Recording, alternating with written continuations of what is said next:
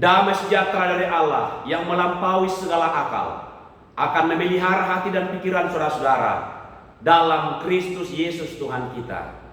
Amin. Salam sejahtera bagi kita semuanya. Salam sehat, salam sahabat.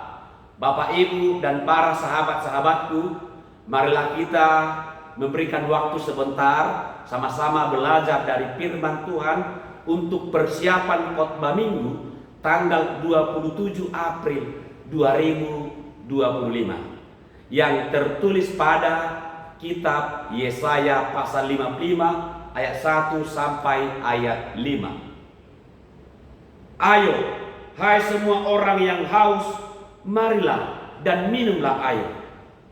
Dan hai orang yang tidak mempunyai uang, marilah, terimalah gandum tanpa uang pembeli dan makanlah, juga anggur dan susu tanpa bayaran. Mengapakah kamu belanjakan uang untuk sesuatu yang bukan roti, dan upah jeripayamu untuk sesuatu yang tidak mengenyangkan?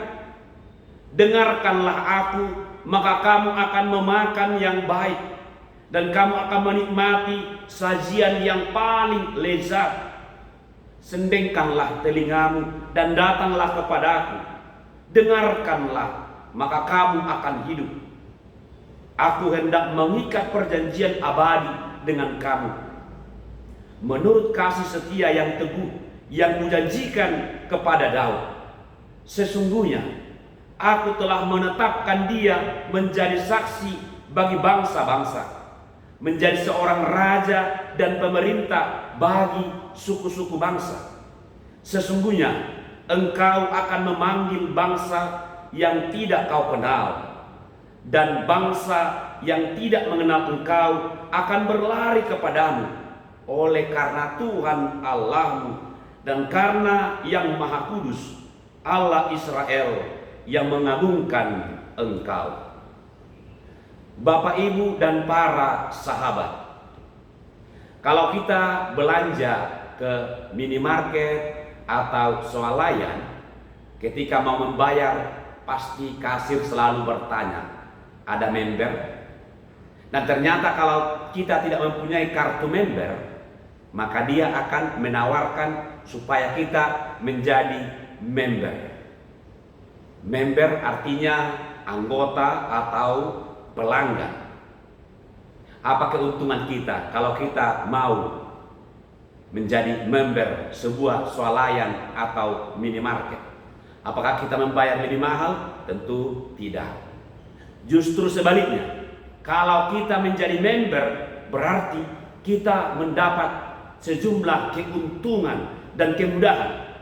Misalnya belanja mendapat diskon, mendapat bonus, dan ada pula tawaran voucher. Pokoknya untung. Demikian juga menjadi member restoran, member kolam renang, klub futsal, atau member pusat kebugaran, dan lain-lain. Pengusahanya pasti akan membujuk pengunjung agar mau menjadi member dengan tawaran keuntungan ini dan itu.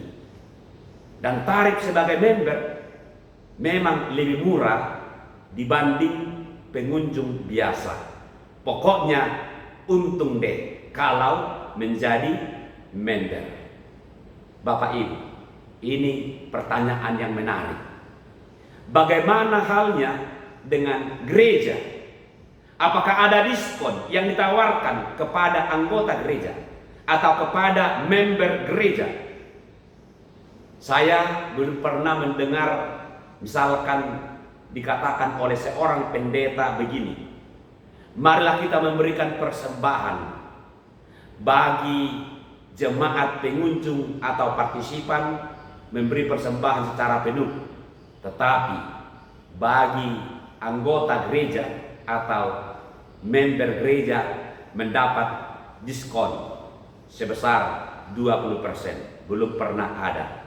Mana ada seperti itu. Justru kebalikan dari member supermarket yang memperoleh banyak keuntungan. Dan kalau menjadi member gereja Tidak ada untung sebagaimana yang didapatkan oleh member supermarket, tidak ada. Tidak ada diskon apapun. Justru kita sebagai member gereja diminta bayar ini, bayar itu, diminta menyumbang pembangunan. Kita sudah dimintai sumbangan, misalkan membangun gedung sekolah untuk PAUD atau TK. Lalu kita mendaftarkan anak kita belajar di situ, tidak mendapat diskon. Sama saja tetap membayar seperti biasanya. Nah, demikian juga kalau kita diminta sumbangan untuk mengadakan klinik gereja, tapi ketika kita sakit lalu pergi berobat ke klinik gereja, ya nggak gratis dong, tetap bayar.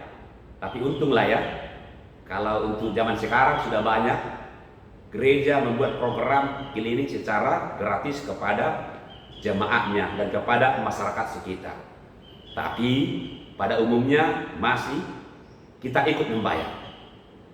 Oleh karena itu, mungkin kita perlu bertanya, apa untungnya aku menjadi member gereja? Kalau menjadi member swalayan, member supermarket, ya jelas ada untungnya. Tapi apa untungnya aku menjadi member gereja? Apa faedahnya untukku? Atau dengan demikian perlukah kita menjadi anggota gereja? Memang tidak ada diskon. Mana ada persembahan di diskon? Nggak ada. Tidak ada kemudahan, tidak ada keuntungan yang ditawarkan, padahal kita adalah member gereja. Tapi tunggu dulu.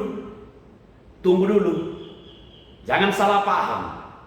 Jangan cepat-cepat kita mengambil sebuah kesimpulan. Maksudnya tidak ada keuntungan materi yang ditawarkan sebagai member gereja. Justru lebih dari nilai materi, bahkan tidak ternilai yang ditawarkan oleh Allah kepada umatnya, kepada member gereja. Dikatakan sajian yang paling lezat. Apa itu? Kemurahan, kasih karunia, berkat, dan bahkan hidup. Itu yang diberikan oleh Allah. Bukan ditawarkan seperti penawaran minimarket, supermarket, atau swalayan, tapi diberikan secara cuma-cuma alias gratis. Kalau minimarket menawarkan diskon kepada member karena mereka belanja banyak, kalau tidak belanja ya tidak ada dapat diskon.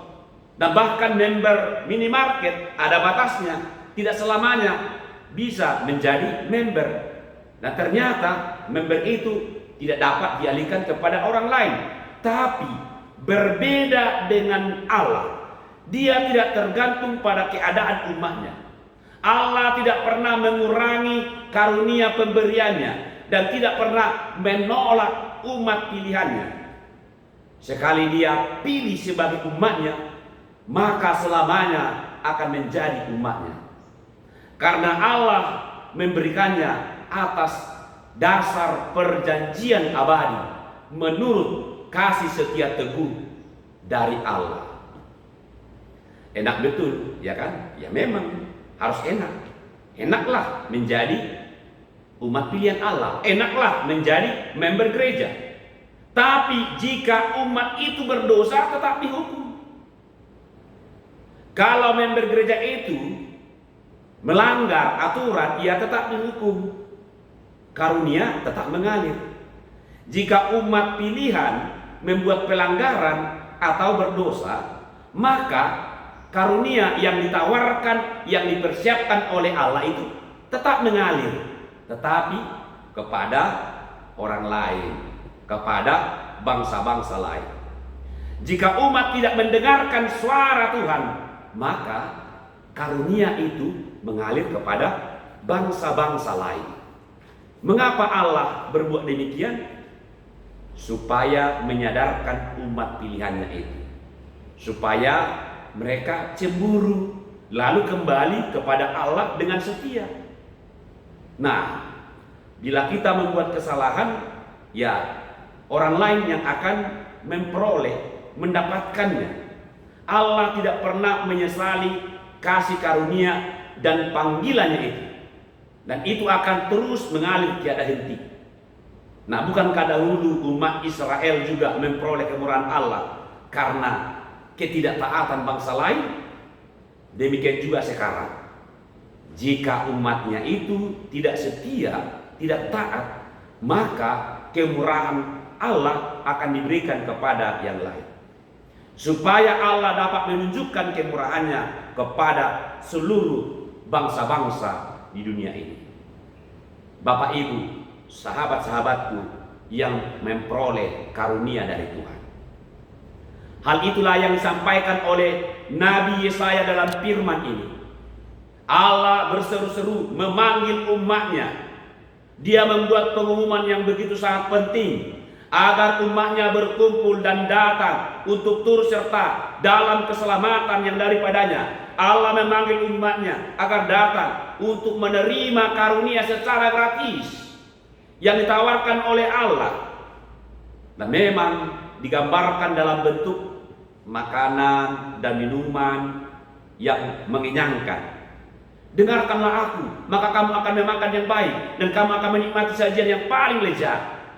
Yesaya 55 ayat 2. Tetapi walaupun digambarkan sebagai dalam bentuk makanan dan minuman, sajian yang paling lezat, maksudnya itu bukan sekedar makanan minuman jasmani, bukan, tapi juga sekaligus menggambarkan untuk kebutuhan rohani.